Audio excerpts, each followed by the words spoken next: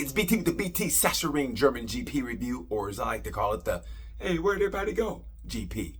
I mean, let's put it this way. If I would have entered that GP, I would have got a point. I mean, even Marquez's handicapped brother got a point. Like, hey, look who got second. His hand is all deformed and shit. I mean, it's just the truth. It was what it was. I don't know if it was some leftover baby oil from the Diddy trial. I don't know what it was, but that track was slick. I mean, how do you crash more in the dry than in the wet? Anyway, but first, Moto3. Moto3, listen, I'm going to get this real quick because as you can see by the background, I'm traveling, and man, when I travel, it's a pain in the arse. But I do it for you, and I do it for me too, because the coolest thing, somebody on YouTube said it best. He goes, hey man, I'm like you. Nobody talks GP. So I like when you go off on a tangent and talk GP because I have nobody to talk to. So you are the reason I do shit like this. Anyway, I'm gonna go real quick through this because, I'm on a ship. Anyway, rider of the race in Moto3 goes to David Munoz. If you look up Win It or Bennett in the dictionary, it's a picture of David Munoz in the gravel holding a first place trophy. That don't make no damn sense. But exactly, he's in the gravel holding a first place trophy. Like, hey man, I crashed, but I still won. Yeah. David Munoz. When Munoz is on, he's hot like pastrami. And when he's cold, you can take him to Antarctica and you still couldn't thaw his ass out. I mean, that's how cold he is. But when he's on, he does what he did. I mean, he knocked Antonio Rueda out of the way, and Rueda was like, fair play, fair play. But you know what? We got a race next week. See you then, partner. Props to him. Heartbreak goes to Scott Ogden. Man, I love Scotty G. Scotty is great. If you know the kid, as they say, across the pond, he's a good lad. So he'll be back, and I know he will. So anyway, that's my heartbreak and rider of the race. Moto2, rider of the race has to go to Denny Anchu. Hachu, God bless you. What he did. Barry Baltus was on his ass, breathing down his neck like a cop behind a Delta 88 in a gated community. Heartbreak goes to Diego Marrero. Listen, man, Diego Marrero, he calmed himself through the pack. It was great, but then what he did, I mean, look, he knows he messed up. He took out Alonso, and I mean, that was a bad accident. It was all his fault. And he knows that. I'm not going to bash the kid. He had a great ride. He's finally know how to manage tires. Let me tell you something. I'm getting off the tangent here, but I'm going to bring it back, okay? I'm going to bring it back in. But with Diego Marrero, listen, next year in MotoGP, we all know Fabio's coming back, but in Yamaha, you're going to have Top Rack. So they say, hey, listen, it's like Prince's, it's like that manager Billy from Purple Rain. Look, kid, I got 3 bands that don't need 4. One of y'all got to go. And Yamaha has 4 riders. They don't need 5. One of them got to go.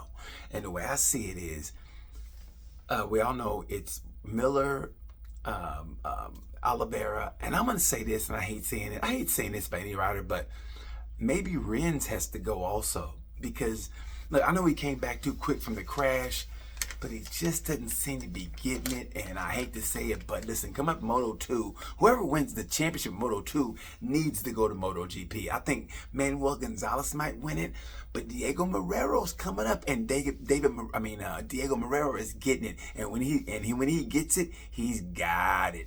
So he's not too far off, but Manuel Gonzalez, I still think he's going to win. Aaron Canet, I think he's going to go to World Superbike. I think he's going to get Top Rack seat. I think it's all speculative, but I still think that you need to bring up another Moto2 rider. So I think it's going to be, I think whoever wins Moto2, I'd give it to Gonzalez, but Diego Marrero, if he gets that seat, think about it, going to Brazil next year, and it's crazy, as passionate as those fans are, and they go to Brazil, that's going to put asses in the seats along with David Alonso, but it might be better to have Diego Marrero in Moto2 with a chance to win than putting him in MotoGP and have me get ate up by them monsters. So I don't know, but I kind of think, here's what I think. This is just me going off on a tangent, and I hate saying this, but I think for some reason they've never shown Oliveira the love that he should have got. Remember when he won like 3 races and Bender didn't need any, but he was the one that had to leave KTM? So I don't think they really embraced him. So It's kind of like the New Coke. You know what I mean? When New Coke came out, they didn't really embrace it, but it was still pretty good. Anyway, I think Oliveira is going to be the one to go. And I hate to say it, but I think Rins has to go because you're going to bring in Top Rack, and I think you bring in another Moto2 rider, and you need that young blood to put a little impetus into Yamaha's operandi modi, and we all know Fabio's riding the shit out that bike. So I think that's what Yamaha has to do. So that's just my 2 cents. Okay, now MotoGP. Just repeat this: Marquez. And like I said in the beginning, that wasn't a race, it was a demolition. Remember that from Rocky? It wasn't a fight, it was a demolition. And that's what it was. I mean, if we go back to the sprint, and that was the best part, the sprint was when Marquez went wide in the beginning. Remember? And they passed him, and he just took his time. He methodically, like a fight, like just established a jab. Passed him one at a time. I mean, Bezzecchi got out to what, a 1-7? Almost a 2-second lead. And Marquez just bam. I think I'm gonna win that 2.5, a 2.5 second lead, and Marquez just bam, like a jab. Bam. Bam. And it was beautiful to watch, and he took his time, and then he picked him up with 2 laps left. I mean, and then the race, it wasn't even close. I mean, he's demoralized them all. Here's what I think. I'm thinking about, if it goes this way, in about 3 years, you're going to be in Italy, you're going to see some kind of fat dude with like a Hawaiian shirt riding a Vespa, and he's kind of got a fat face, and all of a sudden you go, I know that motherfucker. Pecco? And he goes, no. He goes, you're Pecco. You go, he goes, no. He goes, you're Pecco. No. And he walks away, and you go, Marquez. And he goes, don't ever say that name, ever again. And then he just leaves. You go, I knew it. And that's what Marquez does. He drives you batshit crazy. If you ever seen a documentary about Dovizioso, Desmo Dobi, it's how Marquez gets in your head, and you're never the same. And that's what's happening with fucking, and I hate saying it, with Pecco. I think Pecco, even Pecco's wife is like Talia Shire and Rocky, like, stop the fight. I mean, the way he did in the race, I mean, you win by 7 seconds over his brother. Even when he crossed the finish line, I go, brother, is that you? And he goes, yeah, Mark, it's me. What's up, man? What place you get? I got runner up. Are you serious? Where'd everybody go? They all crashed, which is weird, man. Everybody crashed. I mean, KTM, they're calling up Danny Pedrosa's old ass. Like, hey, listen, get your baby seat and get your booster seat and get them steps, them little walk-up steps. You racing this weekend, okay? I mean, even Paulo Espargaro's in shape. Paulo Espargaro's always in shape. I think he's one of those dudes who still wants to ride. He's like Dusty Baker. You know, Dusty Baker would wear those like sweatbands on his wrist because he still thought he could play. I think that's what Paulo Espargaro's doing. But Danny Pedrosa might race because Maverick Vinales is out. Pedro Acosta's still around, but still Bastianini. I mean, we don't know if his appendix is going to be good or not. It's a mess in MotoGP, and the props to hope Frankie Morbidelli can come back. I mean, that was an ugly crash, and how he looked. That was sickening, actually. So, I mean, I don't know what the Sasha-Reed. I don't know if the Germans had a deal with some voodoo lady from down in New Orleans, but that track it seemed like it was cursed. I mean, like I said, it was like, was that leftover baby oil from the Diddy trial? Because that track was too slick to be, I mean, to be in the dry on a Sunday and that much carnage. Anyway, here's the impetus. The German GP, that's over. There's nothing really to talk about. Marquez did what he did. And the scariest thing with Marquez is, what if he did? Because he had to calm himself down. It's basically him against him. Remember when he went like this to calm himself down? But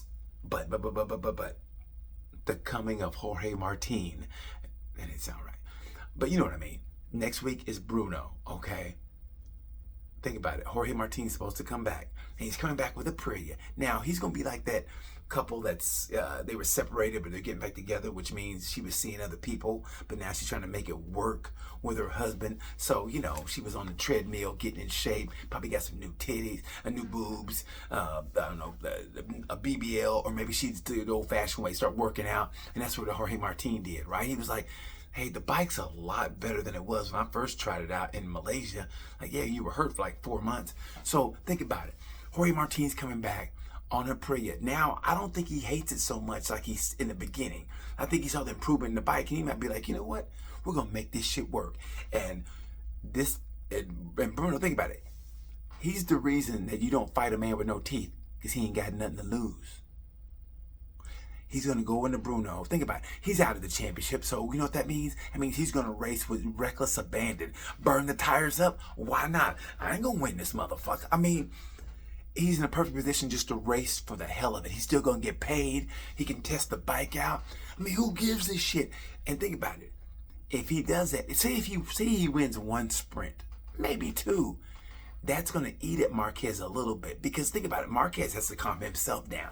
So if Martin wins a sprint or two, think about it, people are going to say, oh, Jorge Martin's back. And Mark's going to be like, you know, he's trying to calm himself down, but he goes, I'll show him I still got it. And he might make a couple mistakes, and then next thing you know, Pecco and his brother are in it. So if Martin comes back, he's coming back for one reason, to fuck shit up.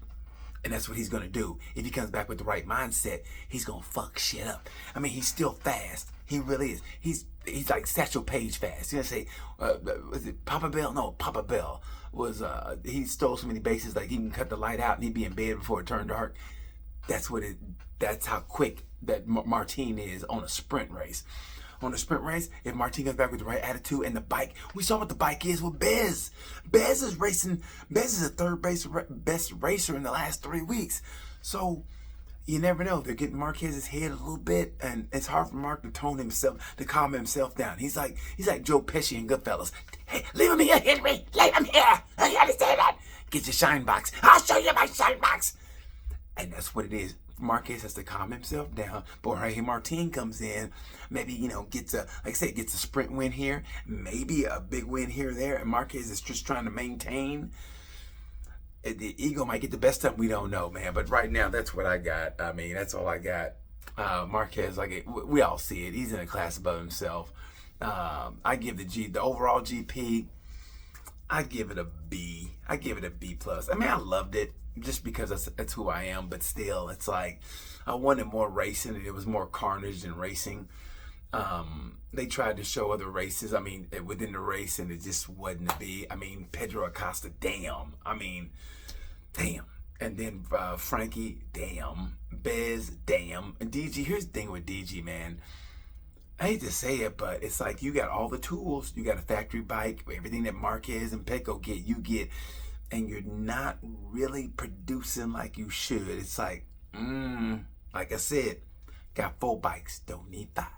Anyway, listen, that's all for me. I know I missed something. You guys are great because you tell me what I missed. So you tell me what I missed, what's the storyline that I missed. But next week in Bruno, that's going to be the storyline. Next week in Bruno, a newer track with improvements. So we'll see what happens. It's supposed to be paved. They ironed out all the bumps.